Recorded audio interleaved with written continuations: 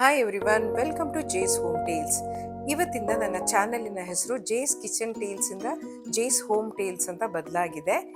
ಯಾಕೆ ಬದಲಾವಣೆ ಅಂದರೆ, ನನ್ನ ಚಾನೆಲ್ ಬರೀ ಅಡಿಗೆಗೆ ಮಾತ್ರ ಸೀಮಿತವಾಗಿಲ್ಲದೆ ಮನೆಯ ಇತರ ಭಾಗಗಳ ಬಗ್ಗೆ ಸಲಹೆ, ಸೂಚನೆ ಹಾಗೂ ಮಾಹಿತಿಗಳನ್ನು ನಿಮ್ಮೆಲ್ಲರೊಂದಿಗೆ ಹಂಚಿಕೊಳ್ಬೇಕು ಅಂತ ಚಾನಲಿನ ಹೆಸರನ್ನು ಬದಲಾಯಿಸಿದ್ದೇನೆ.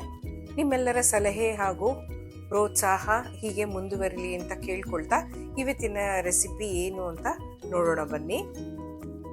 ಇವತ್ತು ನಾನು ಸುಲಭವಾಗಿ ಹಲಸಿನಕಾಯಿ ಬಳಸಿ ಬಿರಿಯಾನಿ ಹೇಗೆ ಮಾಡೋದು ಅಂತ ತೋರಿಸ್ಕೊಡ್ತೀನಿ. ಇದು ವೆಜಿಟೇರಿಯನ್ಸ್ಗೆ ಒಳ್ಳೆ ಆಪ್ಷನ್. ಹಾಗಾದರೆ ತಡ ಮಾಡದೆ ಹೇಗೆ ಮಾಡೋದು ಅಂತ ನೋಡೋಣ ಬನ್ನಿ.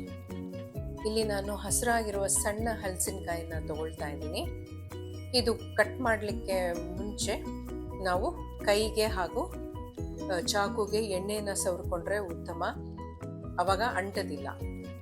ಹೊಸೊಬ್ರಿಗೆ ಹಲಸಿನಕಾಯಿ ಹೇಗೆ ಹೆಚ್ಚೋದು ಅಂತ ಗೊತ್ತಾಗಲಿ ಅಂತ ನಾನು ಹಲಸಿನಕಾಯಿ ಹೆಚ್ಚೋದನ್ನ ತೋರಿಸ್ತಾ ಇದ್ದೀನಿ. ಸಾಮಾನ್ಯ ನಾನು ಯಾವ ವಿಡಿಯೋದಲ್ಲೂ ತರಕಾರಿ ಹೆಚ್ಚೋದು ತೋರಿಸಿಲ್ಲ. ಈ ರೀತಿ ಮೊದಲಿಗೆ ತೊಟಾನ ಕಟ್ ಮಾಡಿಕೊಂಡು ಹಲಸಿನಕಾಯಿನ ಅರ್ಧ ಭಾಗ ಕಟ್ ಮಾಡ್ಕೊಳ್ಬೇಕಾಗತ್ತೆ. ನಾನು ಈ ಬಿರಿಯಾನಿಗೆ ಕೇವಲ ಅರ್ಧ ಭಾಗ ಅಷ್ಟು ಮಾತ್ರ ಬಳಸ್ತಾ ಇದ್ದೀನಿ.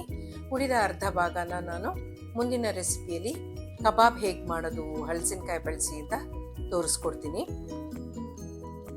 ಈ ರೀತಿ ಚಾಕುವಿನ ಸಹಾಯದಿಂದ ಸಿಪ್ಪೆನೆಲ್ಲ ತಕ್ಕೊಳ್ಬೇಕಾಗತ್ತೆ.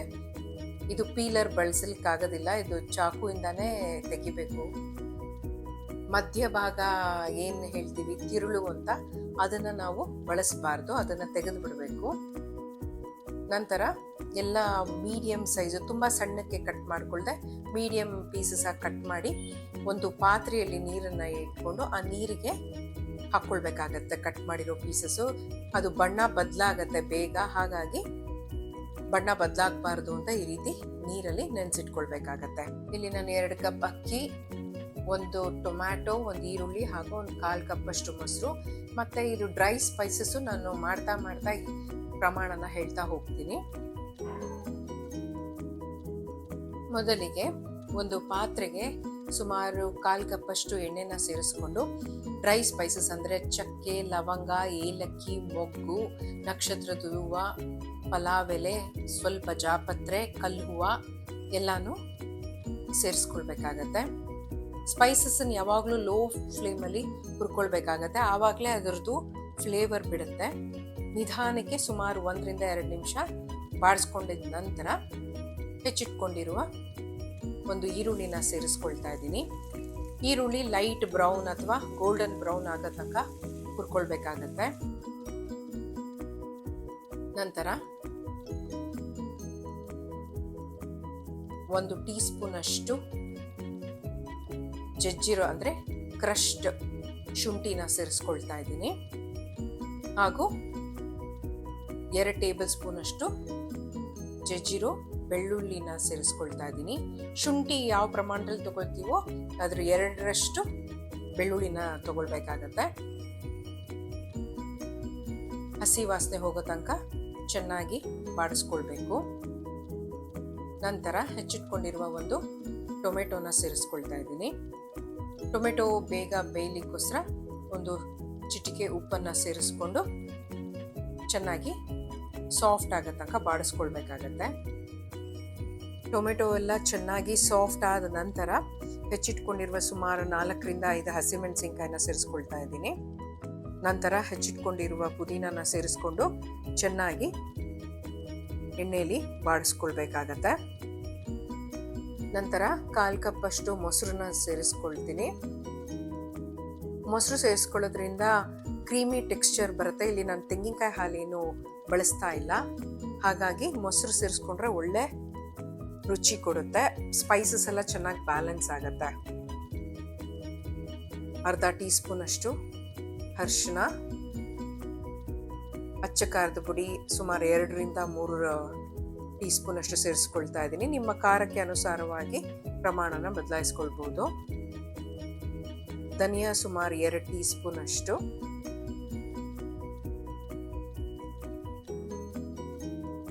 ಹಾಗೂ 2 ಟೀ ಸ್ಪೂನ್ ಅಷ್ಟು ಬಿರಿಯಾನಿ ಮಸಾಲ ಇಲ್ಲ ಅಂತಂದರೆ ಗರಂ ಮಸಾಲ ಕೂಡ ಬಳಸ್ಕೋಬೋದು. ಎಲ್ಲ ಮಸಾಲನೆಲ್ಲ ಸೇರಿಸ್ಕೊಂಡು ಲೋ ಫ್ಲೇಮಲ್ಲಿ ನಿಧಾನಕ್ಕೆ ಬಾಡಿಸ್ಕೋಬೇಕಾಗತ್ತೆ. ನಂತರ ಮುಚ್ಚಳ ಮುಚ್ಚಿ ಸುಮಾರು 2ರಿಂದ 3 ನಿಮಿಷ ಬೇಯಿಸ್ಕೊಳ್ಬೇಕಾಗತ್ತೆ. ಮಸಾಲೆ ಎಲ್ಲ ಚೆನ್ನಾಗಿ ಬೆಂದು ಈ ರೀತಿ ಸೈಡಲ್ಲೆಲ್ಲ ಎಣ್ಣೆ ಬಿಡ್ಲಿಕ್ಕೆ ಶುರು ಆಗತ್ತೆ. ಆವಾಗ ಮಸಾಲೆ ಎಲ್ಲ ಚೆನ್ನಾಗಿ ಬೆಂದಿದೆ ಅಂತ ಅರ್ಥ. ನಂತರ ಹೆಚ್ಚಿಟ್ಕೊಂಡಿರುವ ಕೊತ್ತಂಬರಿ ಸೊಪ್ಪನ್ನು ಸೇರಿಸ್ಕೊಂಡು ತೊಳೆದು ನೆನೆಸಿಟ್ಕೊಂಡಿರುವ ಇಲ್ಲಿ ನಾನು ಮಾಮೂಲಿ ಸೋನಾ ಮಸೂರಿ ಅಕ್ಕಿನ ಬಳಸ್ತಾ ಇದ್ದೀನಿ. ಜೀರಾ ರೈಸ್ ಅಥವಾ ಬಾಸ್ಮತಿ ಅಕ್ಕಿ ಬಳಸಿದ್ರು ಇನ್ನೂ ರುಚಿಯಾಗಿರುತ್ತೆ. ಸುಮಾರು 1 ಕಪ್ಗೆ 2 ಕಪ್ ಅಷ್ಟು ನೀರನ್ನು ಸೇರಿಸ್ಕೊಳ್ತಾ ಇದ್ದೀನಿ, ಸೋನಾ ಮಸೂರಿ ಆದ್ದರಿಂದ. ನಂತರ ರುಚಿಗೆ ತಕ್ಕಷ್ಟು ಉಪ್ಪನ್ನು ಸೇರಿಸ್ಕೊಂಡು ಚೆನ್ನಾಗಿ ಮಿಕ್ಸ್ ಮಾಡಿ ನೀರು ಕುದಿಲಿಕ್ಕೆ ಬಿಡಬೇಕು. ನೀರು ಕುದಿಲಿಕ್ಕೆ ಶುರು ಆದಾಗ ನಾವು ಹೆಚ್ಚಿಟ್ಕೊಂಡಿರ್ತೀವಲ್ಲ ಹಲಸಿನಕಾಯಿ ಹೋಳುಗಳನ್ನು ಸೇರಿಸ್ಕೊಳ್ಬೇಕಾಗತ್ತೆ. ಇದು ಒಗ್ಗರಣೆಯಲ್ಲಿ ಸೇರಿಸ್ಕೊಳ್ಬಾರ್ದು, ಹಲಸಿನಕಾಯಿ ಹೋಳುಗಳನ್ನು ಕಡೆಯಲ್ಲಿ ಸೇರಿಸ್ಕೋಬೇಕಾಗತ್ತೆ. ಅರ್ಧ ಹೋಳು ನಿಂಬೆ ರಸ ಹಾಗೂ 2 ಟೇಬಲ್ ಸ್ಪೂನ್ ಅಷ್ಟು ತುಪ್ಪನ ಸೇರಿಸ್ಕೊಂಡು ಚೆನ್ನಾಗಿ ಎಲ್ಲ ಮಿಕ್ಸ್ ಮಾಡಿ ಮುಚ್ಚಳ ಮುಚ್ಚಿ ಪ್ರೆಷರ್ ಕುಕ್ ಮಾಡಬೇಕಾಗತ್ತೆ. ಇನ್ನು ಹಲಸಿನಕಾಯಿ ಬಗ್ಗೆ ಹೇಳಬೇಕು ಅಂತಂದರೆ ಇದರಲ್ಲಿ ನಾರಿನಾಂಶ ಜಾಸ್ತಿ ಇರೋದ್ರಿಂದ ಗಟ್ ಹೆಲ್ತ್ಗೆ ಒಳ್ಳೆಯದು. ಇದು ಪೊಟ್ಯಾಷಿಯಂ ಹಾಗೂ ವೈಟಮಿನ್ ಸಿ ಜಾಸ್ತಿ ಇರೋದ್ರಿಂದ ಇಮ್ಯುನಿಟಿಗೆ ಒಳ್ಳೆಯದಿದು. ನೋಡಿದ್ರಲ್ಲ ಘಮ ಘಮ ಅಂತಿರುವ ಹಲಸಿನಕಾಯಿ ಬಿರಿಯಾನಿ ಹೇಗೆ ಸುಲಭವಾಗಿ ಮಾಡೋದು ಅಂತ. ನೀವು ಎಲ್ಲ ಖಂಡಿತ ಟ್ರೈ ಮಾಡಿ, ಹೇಗಿದೆ ಅಂತ ದಯವಿಟ್ಟು ಕಮೆಂಟ್ ಮಾಡಿ. ಮುಂದಿನ ವಿಡಿಯೋದಲ್ಲಿ ಹಲಸಿನಕಾಯಿ ಕಬಾಬ್ ಹೇಗೆ ಮಾಡೋದು ಅಂತ ತೋರಿಸ್ಕೊಡ್ತೀನಿ, ತಪ್ಪದೇ ನೋಡಿ. ನನ್ನ ಚಾನಲ್ನ ಯಾರೆಲ್ಲ ಸಬ್ಸ್ಕ್ರೈಬ್ ಮಾಡ್ಕೊಂಡಿಲ್ವೋ ದಯವಿಟ್ಟು ಸಬ್ಸ್ಕ್ರೈಬ್ ಮಾಡ್ಕೊಳ್ಳಿ. ಮುಂದಿನ ವಿಡಿಯೋದಲ್ಲಿ ಮತ್ತೆ ಸಿಗೋಣ. ಅಲ್ಲಿ ತನಕ take care, love you all, bye.